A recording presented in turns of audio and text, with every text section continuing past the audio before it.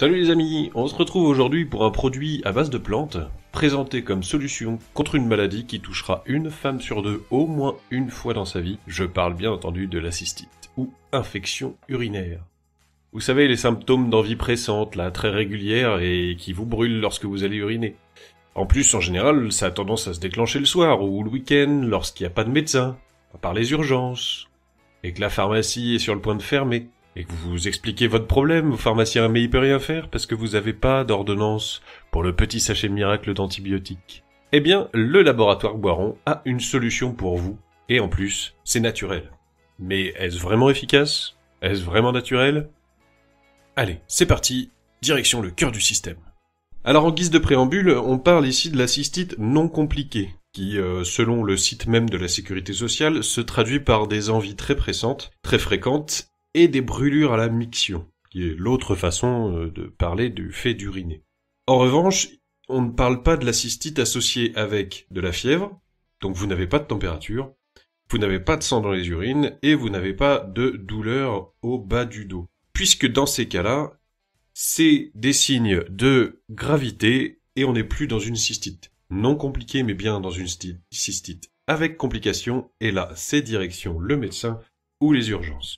Ce préambule terminé, on va pouvoir directement attaquer le produit en question. Alors je vais vous présenter un produit que le laboratoire Boiron a sorti l'été dernier, mais il ne s'agit pas d'homéopathie. Boiron sort un petit peu de ses sentiers battus, de ses habitudes, pour nous proposer un produit qui s'appelle Canéfron, et qui est à base de 3 plantes traditionnellement utilisées pour les troubles de type brûlure à la miction, envie très régulière d'uriner et augmentation de l'envie d'uriner. Comme on l'a vu, ce sont bien les symptômes associés à la cystite non compliquée, directement selon le site Amélie de la Sécurité sociale. Alors les plantes associées dans ce médicament sont la partie aérienne de la petite centaurée, la racine de l'ivèche et les feuilles de romarin. Elles sont associées et présentées dans de petits comprimés orange pelliculés, à prendre à raison d'1 comprimé 3 fois par jour sur 10 jours. Selon le laboratoire lui-même. Le laboratoire Boiron précise qu'il faut boire beaucoup pendant la prise de ce traitement, ce qui est pertinent puisque, étant donné le problème traité, on sait que pour diminuer les symptômes et faciliter l'évacuation des bactéries, il faut boire beaucoup lorsqu'on a une infection urinaire. Alors, la petite centaurée ou Centaurium erythrea a une activité anti-inflammatoire sur les tissus mous et une petite activité antibiotique. Ces 2 activités ont été rapportées par une étude chacune, et en plus c'était des études in vitro. La livèche, Levisticum officinale, est anti-inflammatoire spécifique des voies urinaires et antispasmodique, un peu comme le spasfon donc, et elle aide à la prévention des calculs rénaux.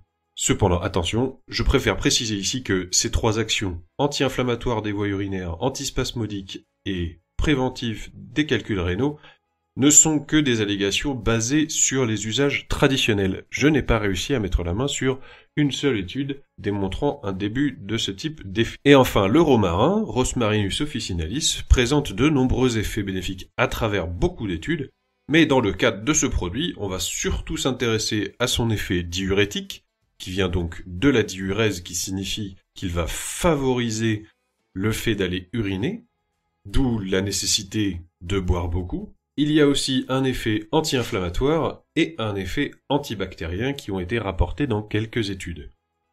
On a bien des plantes qui agissent sur l'inflammation, cystite, le suffixe ITE signifie en général en médecine des symptômes inflammatoires, la rhinite, la tendinite et j'en passe.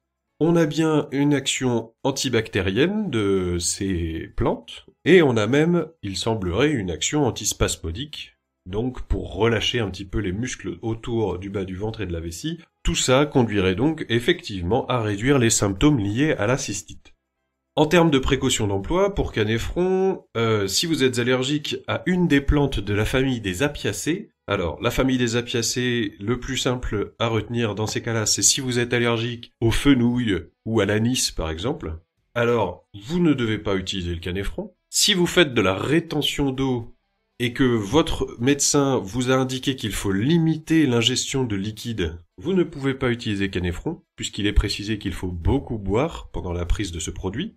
Et si vous avez un ulcère à l'estomac aussi, il est plutôt contre-indiqué de prendre Canéfron, puisque une des 3 plantes augmente la sécrétion d'acidité dans l'estomac. Le laboratoire précise aussi qu'il est contre-indiqué en cas d'allaitement, par manque de données et manque d'études, et il n'est à prendre chez la femme enceinte que s'il n'existe aucune alternative, et en l'occurrence, si vous vous renseignez auprès de votre médecin, il existe des alternatives. Le laboratoire Boiron s'est fendu d'une étude en bonne et due forme pour ce coup-là, pour tester l'efficacité du Canéfron. Le résultat a montré que l'efficacité du Canéfron, à raison de 1 comprimé 3 fois par jour pendant 7 jours, n'était pas inférieure à la prise du sachet de phosphomycine en monodose. On a donc bien une efficacité de l'association de ces 3 plantes pour la prise en charge de la cystite non compliquée de la femme. Pour rappel, la phosphomycine, c'est le sachet d'antibiotiques qui est indiqué en première intention lors d'une cystite non compliquée et non récidivante. Pour ce qui est du point de vue naturopathique, je n'ai pas énormément de recul avec ce produit puisqu'il est sorti en juillet 2021. En revanche, ce que je peux dire, c'est qu'effectivement, il y a un avantage à prendre ce produit, étant donné qu'il est précisé de devoir beaucoup boire, c'est que c'est quelque chose qu'on conseille aussi bien au comptoir de la pharmacie que normalement en tant que naturopathe, quand on a fait une formation digne de ce nom, bien entendu. Il faut boire entre 1,5 litre et 2,5 litres répartis dans la journée. Alors on parle de boire de l'eau, hein, bien sûr. Et vous vous retrouverez à aller aux toilettes toutes les demi-heures. Ça vous rappellera au passage des bonnes soirées bières organisées avec les amis, sauf que ce sera toute la journée, il n'y aura pas de bière et il n'y aura pas d'amis. Le laboratoire a décidé de porter à 10 jours le temps de traitement, pour une raison inconnue, étant donné qu'au bout de 7 jours, l'étude avait montré que c'était efficace. Peut-être se sont-ils dit de manière totalement empirique que si ça fonctionnait au bout de 7 jours, on pouvait bien aller jusqu'à 10 jours. Si le laboratoire Boiron m'écoute, ce qui m'étonnerait beaucoup, je veux bien la réponse. Tout ça pour dire qu'il faut quand même être observant et aller bien au bout des 7 jours, alors que la phosphomycine, c'est un sachet et on n'en parle plus. Alors c'est toujours pareil, pour avoir le sachet magique, il faut l'ordonnance magique, et c'est pas toujours évident de se la procurer. Un dernier point, et là c'est vraiment un gros point noir que je vais aborder. Ce produit se présente comme un médicament traditionnel à base de plantes, avec des jolies images de plantes sur le packaging, et joue donc sur le côté alternatif naturel. Le problème vient du nombre d'excipients utilisés pour construire le comprimé et la pellicule qui le protège. J'ai dénombré en tout et pour tout pas moins de 17 excipients. Alors un petit rappel rapide, le principe actif, c'est la molécule qui va agir contre le problème ciblé. Les excipients ne sont là que pour enrober et construire le comprimé pour pouvoir véhiculer le principe actif dans le corps de la personne. En théorie, les excipients sont totalement inactifs et inertes dans le corps. C'est le principe même d'un excipient.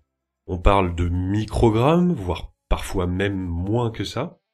Donc a priori, fort peu de conséquences, bien que chaque excipient a un profil bien défini.